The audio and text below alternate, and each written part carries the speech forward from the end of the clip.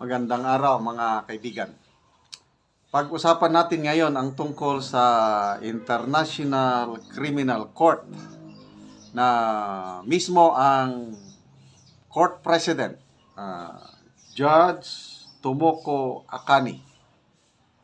Meron siyang pahayag last month, December, na yung sanctions na ipapatong ng United States government sa ICC, sabi ng court president, would rapidly undermine the court's operation in all situations and cases and jeopardize its very existence.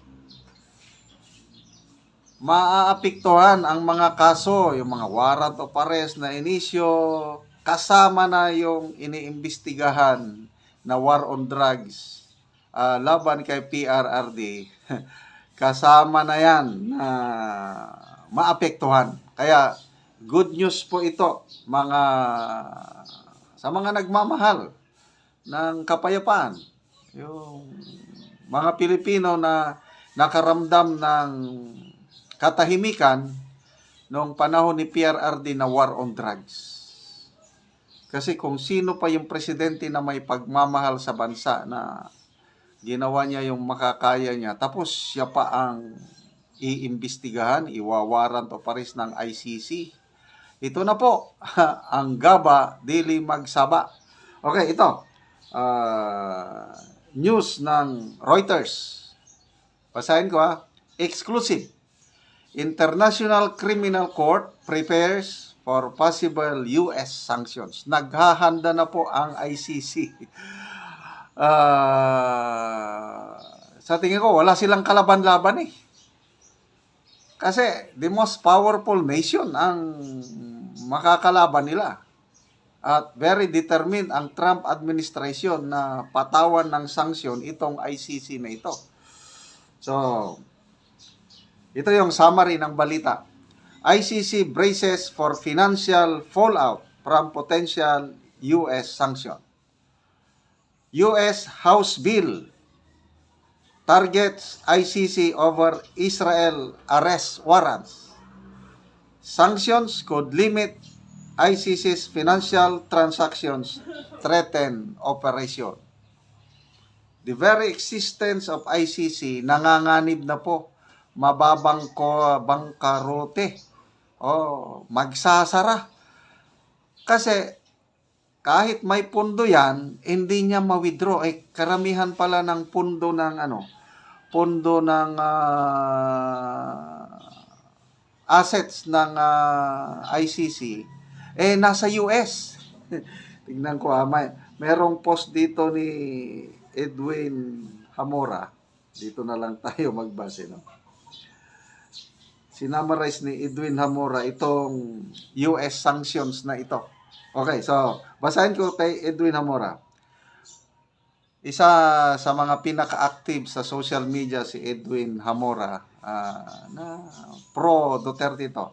Alam nyo mga best, sabi niya, gusto ko rin naman sana ang idea ng ICC para ma-prevent ang mga eksena tulad ng nangyari sa Hatching, Germany at sa panahon ng Pol Pot dyan sa tabi-tabi. Kaso lang, ang binibira ng ICC pag hindi Africans, mga Asians.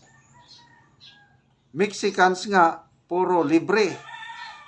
Ang tanong, mga kaya ba nilang pag-initan ang mga super powerful nations? Tama. Tayo, Asian, pinag-iinitan nila si Pangulong Duterte. Pinag-iinitan nila ang Israel, African nations, pinag-iinitan. As if naman, susunod, basta dito. Ayun, dahil sa galit ni Trump, yung mga datong, salapi, pilak at ginto ng ICC ay nakaimbak pala sa Estados Unidos. Kundi ba naman mga tanga? Sana diniposito na lang sa hindi maabot ni Trump. Di goodbye ang mga yun. Hindi na sila maka-withdraw kahit pang merienda lang. Why? Kasi literal na gagawin silang ice candy ni Trump. Yan na, mayroong House Bill na pagbubutuhan ng mga karamihan na ang House, ang Congress at ang Senado ngayon controlled na ng mga Republicans.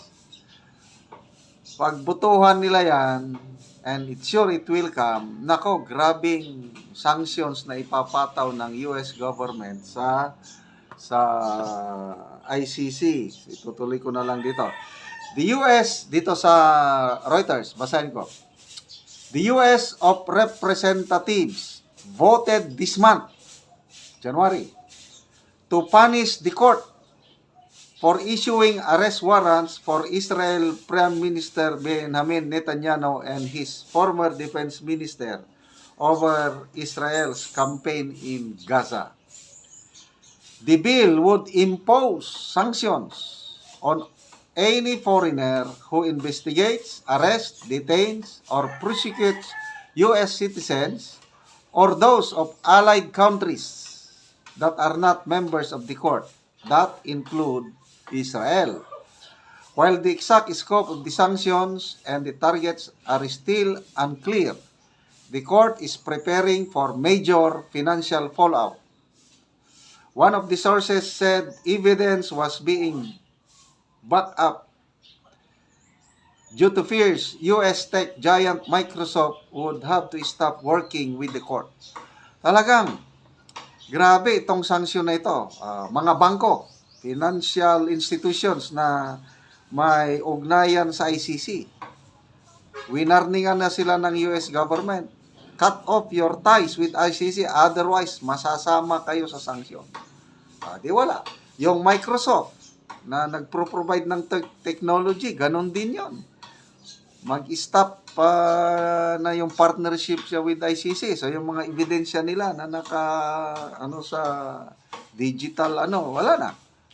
So basically, mag-stop na ang operations ng ICC once na ma-implement na ang parusa, sanctions ng US government against ICC. So, ligtas si Israeli Prime Minister Benjamin Netanyahu at yung former defense minister. Of course, ligtas na rin ang Pangulong Rodrigo Roa Duterte. Pasalamat tayo sa Diyos. Answered prayer ito. Dahil yun na nga, ang presidente, one of the best presidents we ever had, President Duterte, hindi dapat na litisin ng ICC. Kung litisin man siya, dapat dito lang, pailan nila ng kaso sa Philippine courts, no problem. Sige, bring it on, pailan nyo siya. Huwag lang ICC dahil hindi katanggap-tanggap na ang isang banyaga ang lilitis sa isang presidente na nagmahal sa kanyang bansa. Again, mga kaibigan, salamat sa inyong tulong, panunod sa ating channel. Yung ating income sa channel na ito na itutulong natin sa Talanding tribo sa Bukidnon. Nagpapatayo tayo ng pabahay para sa kanila. Bibigay tayo ng libreng yero at pako. Nakakapagpatayo ng bagong bahay or nare-repair ang kanilang mga sira-sirang bahay. Panoorin nyo ang video na ito. Mauna din ni ang isa sa mga natabangan karon nga nakabalay na gid sila o nagatukod na sa ilahang panimalay. So gihatagan sila og yero, so mauna din ni ang mga yero nga gipanghatag sa ila tag napulo sa isa ka balay. So dako na kayo ang naitabang sa ila. So karon kamulo na sila og buhat sa ilahang balay. Kaugalingon nga balay nila. So dili na sila magalisod. Kay isar ni sila sa mga nagapuyo lang sa ilang ginikanan nga wala gyud balay. So daghan ki sila sa isa ka balay. So karon muna ang tag-iya nga nagapanday. So ginahinayan ang panday. So mo rin niyang tagya. So unsa man yung maistorya ani nga ngani nataga na mo unsa man imong maistorya? Salamat kayo sa naghatag og yero kay patukod na may bag-ong balay. Ug salamat pud kaayo sa Ginoo, labi na sa naghatag ani.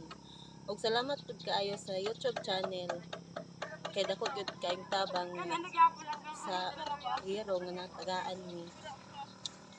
Salamat kaayo sa nagsuporta sa YouTube channel.